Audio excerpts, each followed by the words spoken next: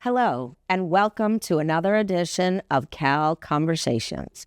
Today, I have with me Representative Mathew Muratore. Welcome, Matt. Thank you for having me. Great to be here. I'm so glad to have you. I'd like to start by talking about some of Matt's accomplishments and committees he's been on and things he has done as a representative, and then we'll talk about some other things and maybe what comes next. Okay. All right. Mathew Muratore began his tenure as State Representative of the 1st Plymouth District upon his election in November of 2014. Preceding that, he served on the Plymouth Select Board from 2010 to 2015 and as chairman from 2012 to 2014. Representative Muratore also served priorly on the Plymouth Advisory and Finance Committee and as both board member and chairman of the Plymouth Council on Aging. Presently, Representative Muratore serves on the Ways and Means, Healthcare and Finance, Community Development and Small Businesses, and Municipality and Regional Government Committees. He also served on many other committees as the ranking minority member of both Tourism, Arts and Culture Development Committee and the Municipalities and Regional Government Committee. Assistant ranking member of Ways and Means, the Public Records Conference Committee, the Executive Office of Elder Affairs Citizen Advisory Committee, the Workability Subcommittee of the Joint Committee on Children, Families, and Persons with Disabilities, the Non-Emergency Human Service Transportation Task Force, the Ocean Advisory Commission, the Ocean Acidification Commission, the Northeast Fire Protection Commissions, and the Skilled Nursing Facility Task Force. He is currently a member of the Plymouth Drug Abuse Task Force, the Permanent Commission on the Status of Persons with Disabilities, and the Behavioral Health Advisory Commission. Representative Muratore has often been recognized for his beneficent efforts. In 2017, he received the Legislator of the Year Award from the Arc of Greater Plymouth and the Champion of Tourism Award from the Massachusetts Tourism Committee. In 2018, he was given to the Moon and Back Sam's Award for his work with neonatal abstinence syndrome. The next year, he received the Legislator of the Year Award from Mass Access. In 2023, he received the South Shore Recycling Collaborative Environmental Hero Award, and in 2024, he received the Plymouth Center for Active Living Archer Award, a Distinguished Service Award from the Massachusetts Commission of the Status of Persons with Disabilities, and Exceptional Service to Plymouth Public Schools Award. My goodness. Do we have time for the rest of the show? Do we have time for the rest of the I'm show? so sorry you had to go through all that. You have been such a decorated official in our town. And today, I really wanted to talk with you about some of the accomplishments that you have achieved while in office and really how they've made a difference in other people's lives. Yeah. I mean, you've always devoted your work to others, to being in the community, being part of the community, and being visible. And I'm hoping it doesn't change, even though you won't be in office. Right. But, how do you feel? Reading all this and looking back and hearing you talk about this just is bringing back memories of almost 20 years of serving the town of Plymouth in some capacity. And it's been a great honor to do that. And it's not something that, I've done alone. It's been doing with people like you, town officials and so many others to better the community, because we've got a great community. And people, want the best for our community. And if I was able in a small way to help grow our community and make our community better by working with everyone, it was tremendous to be part of that. And I can't believe it's actually, I don't want to say it's coming to an end. It's just different. It's different. When I first was appointed to the Council on Aging, back in 2005, and the Finance and Advisory Board, it was all about, getting involved in the community. And I wanted to show, my kids, it's good to give back to your community. And I was at a point in my life where I was a nursing home administrator in Plymouth, and I was able to do that and get more involved in the community. And that's what it was about. It was never about, okay, now I'm going to run for a select board. Now I'm going to run for state rep. It just, I happened to be there at the right time, the right place. As you said, I was vice chair of the finance committee when a seat opened up on the board of selectmen. So I had people say, hey, why did you run for that? Right. I was chair of the select board when the seat for state rep opened up. And it was like the right place at the right time. So people have been asking me, well, what's next? And I'm like, I don't know. Yesterday's history, tomorrow's a mystery. And one door closes, another one will open at some point. I do have still the nursing home consulting business that I run with Patrick Flaherty, as you know, and Bob Eisenstein and a couple other people. And we've got 38 employees now. We do consulting and management work throughout the Commonwealth. And I'll do some more business development with that for now, and then see what kind of evolves over time. I'm still going to keep my campaign finance open. I'll probably have a fundraiser sometime in the early part of next year, and just to keep it going, and just to be ready if something does seem to make sense. If it doesn't, it doesn't. But if it does, it does. I'll still be involved with the Chamber of Commerce, and still be doing whatever I can to help with improving Plymouth in whatever way I can, working with Michelle Badger, who's now the state rep-elect, and Dylan Fernandez, who's now the state senate-elect. Matter of fact, I'm meeting with him later today. And whatever I can do to help guide them and have them help Plymouth move forward with everyone is my goal at this point. I think that's fantastic. Yeah. I think you've set a great example for your children. I think you've set a great example for our community. And you're right. You always put the community, I don't want to say first, not before family, but you have always been a part of the community. As I've been here for 26 years, I feel like you've always been a part of the community. So, and you mean a lot to a lot of people. Thank you. And the community means a lot to me and my family. It's about giving back, but it's done a lot for our family as well. And we don't do this alone. None of us do this alone. No. And people, to say about, your seat. It's not my seat. This wasn't my seat. I was just filling a role. Filling it, yeah. I was filling a role that I was elected to do. And it was all about working for the people of Plymouth. Yeah. That's what it was about. It wasn't about what my next steps are going to be, what my stepping stone is going to be. It was never about that. Yeah.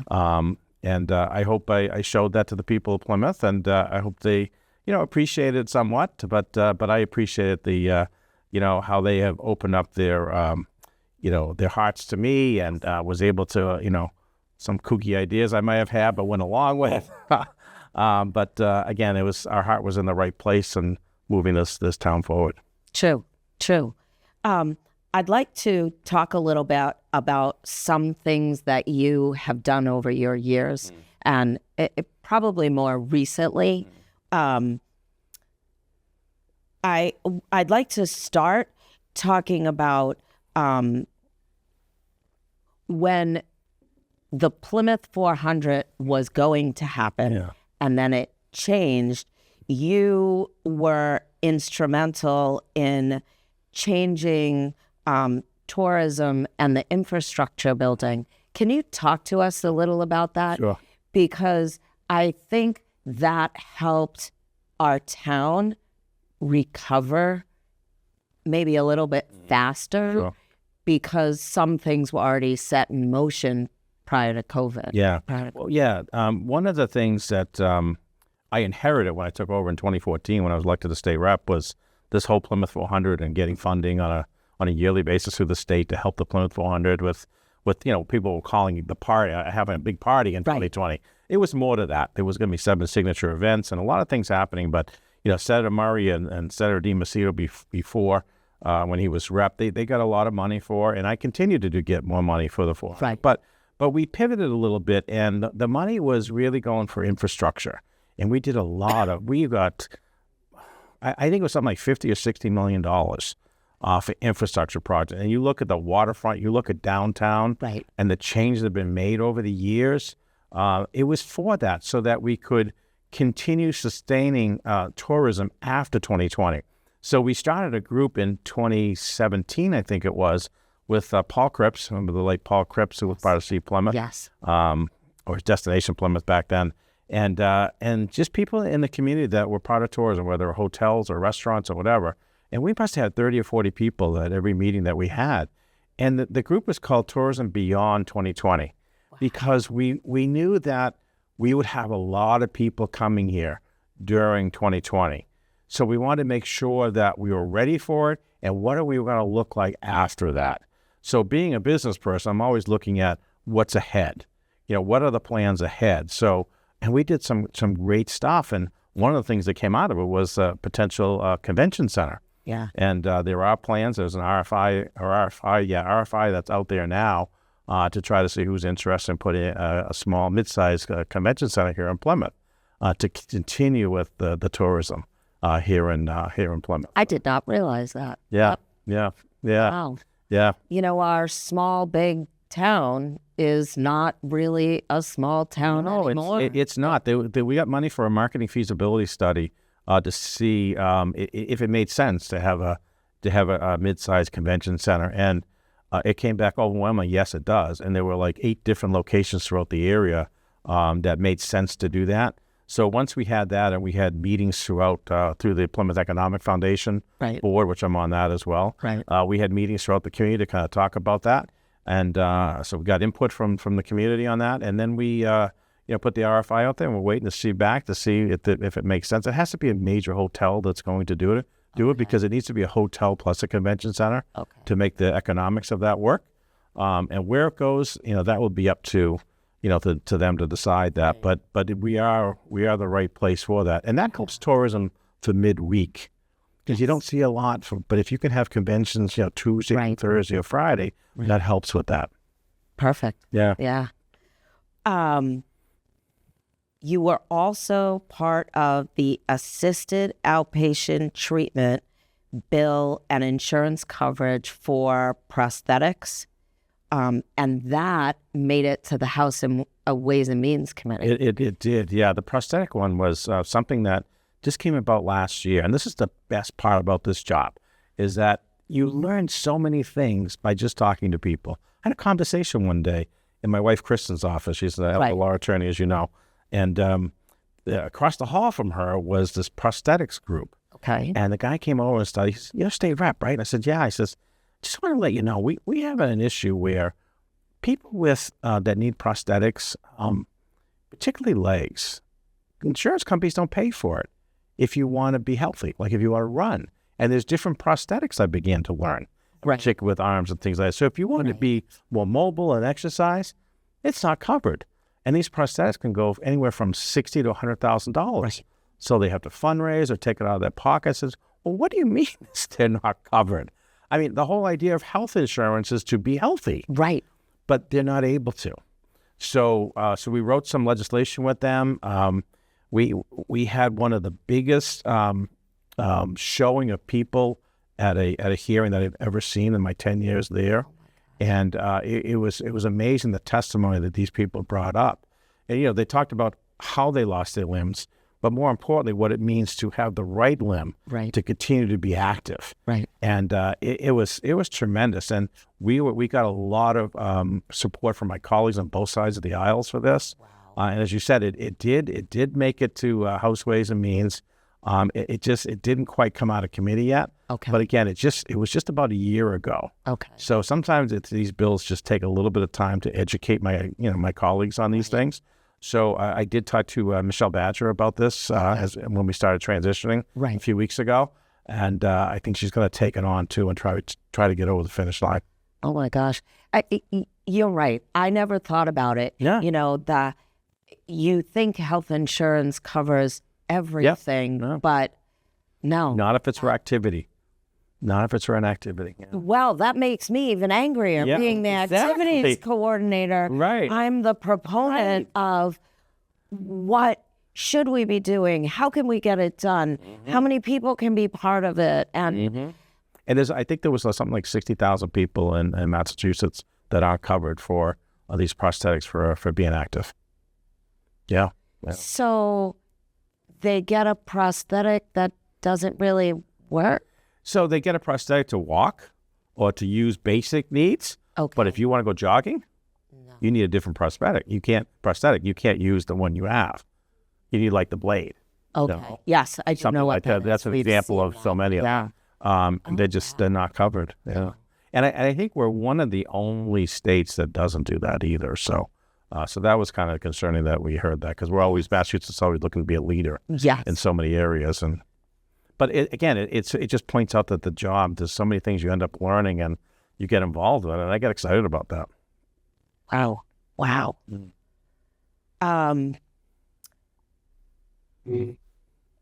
Can you tell me about the neonatal abstinence syndrome funding that you've gotten? I've been interviewed a lot in the last few weeks, and that's one of the questions I get is what is the most memorable thing that you did? And I always bring that up. Teresa Harmon, who runs To the Moon and Back, is the executive director. She just actually got an office in the old post office downtown. Where the Plymouth 400 used to be, actually. Right. She just ended up getting $1 million grant from the state for this. And again, another thing, the Plymouth Recovery Center, when that first opened up on Overy Street, I was part of that with Bob Hollis and Senator Teresa Murray and some others. And I saw this woman sitting here, Teresa Harmon. And we just happened to be talking one day, and she was telling me a little bit about her life, and she had a child that was born with substance abuse that she adopted. Okay. And so we started talking about it, and the amount of people that are adopting children with substance abuse, it was staggering, and yet the services were very limited, if at all. Right. And particularly the long-term effects, like when they get to 3 years old, 4 years old, 5 years old, to see what the effects are on this. And so just from that conversation, we said, well, let's see what we can do. And we were able to get some initial funding into the budget. I think it was 2017 or 2018 to actually, do a study, and worked with the Health Policy Commission, who really didn't know much about it either. So Teresa came in and educated them, and the rest is history. I mean, she's been able to bring on people to help with this. She's now the executive director and has an office, and is really helping so many people. She's had conferences at the 1620 Hotel that have been sold out every year for 3 years. It's amazing the population that's out there and needs the support. And again, it's not something I did. It's something that we did with my colleagues, but it's just that simple conversation, didn't know about it. And what can we do to make a difference in that way? And we made a little difference by getting some seed money to get them going and getting them to meet DPH and the Department of and the Health Policy Commission to get us started. Yeah. And now they're on their way. I'm listening to you talk, and I keep thinking, okay, when you sit down and have a conversation with anybody, you really need to listen. You do, yeah. Because, you were in Kristen's office, and you talked to the owner of the company next door, and then you met Teresa, and it's all about a conversation, and I know, politically, we've been polarized as a nation for years now. And I always say to people, it doesn't matter, who you vote for. Whether you vote for Trump or you vote for Biden. Right. people should respect each other's decision. But when you sit and really listen to somebody for 10 minutes to say why they want to vote for Biden or why they want to vote for Trump, Right. then you have a better understanding of why they do it, and you can respect that more. Right. But I think we've gotten away from that 10 or 15-minute conversation with people because we're so used to looking at social media and making instant comments about things and getting away from the conversation. But I really try to remind people to just have those conversations. You learn so much when you do listen. I have to say I find myself trying to do that a lot at the center because people come to me because they want to share something, good or bad, or just on their mind. And I'm like, okay, sit down, close the door, turn off the phone. Because it's easy to say, I've got other things to do. Yes, I've got to move on. But easy. We've got to take our time and You're just kind of listen a little absolutely bit. right. Yeah. You're absolutely right. The last thing I wanted to bring up, but I'll talk about something else at the end, was the study and funding of the omnibus bill through the Health and Policy Commission. Yeah. So this is more about the. Is this about the ombudsman or no? No. I don't know what omnibus is. No, it just means it's a consolidation of many bills to create one. And this has to do with the nursing home reform bill. As you know, I've been involved in nursing homes since 1977, and I've been an administrator since 1991, been licensed. And so one of the reasons I ran was try to help the industry reform it, make it better for the residents that live there, employees that work there, et cetera. And I was appointed to a commission in 2018 by Governor Baker. Okay. It was a nursing home task force that was going to look at reforming nursing home healthcare in Massachusetts. And this past year, it finally came to fruition that the bill was passed in both the House and the Senate and signed by the governor in September. I was able to be at that signing ceremony. Wow. And at that point, I looked at that and I said, wow, it took 10 years, but one of the goals I had was doing this. And then when I lost the election, I'm like, I look back at that moment. I said, you know what? There's a reason why I'm done. I did what I really came out to do. And I was so proud of that work that we did, that we all did in the commission. Right. And then working with the Chairman Stanley, who was the head of Elder Affairs, my colleague at the State House, and his staff, helping them, build the policy, building the laws and regulations around that as well. So it just meant a lot to see that happen. Well, yeah. We all have our purpose. Sometimes we don't know what it is or why we're going in one direction. And then like you are now reflecting on that was something you really wanted to do and it was important. Yeah, it was. Yeah. So curious. Yeah. Do you think we might see you back at the Center for Active Living? Oh, yeah. Being a part of maybe one of the committees, or I don't know. We'll see. I'm gonna take some time. I'm gonna travel a little bit initially. Again, I'm gonna get a little bit more involved with business development with our company, EF Senior Care. So I want to do some of that. I'm gonna stay involved in the.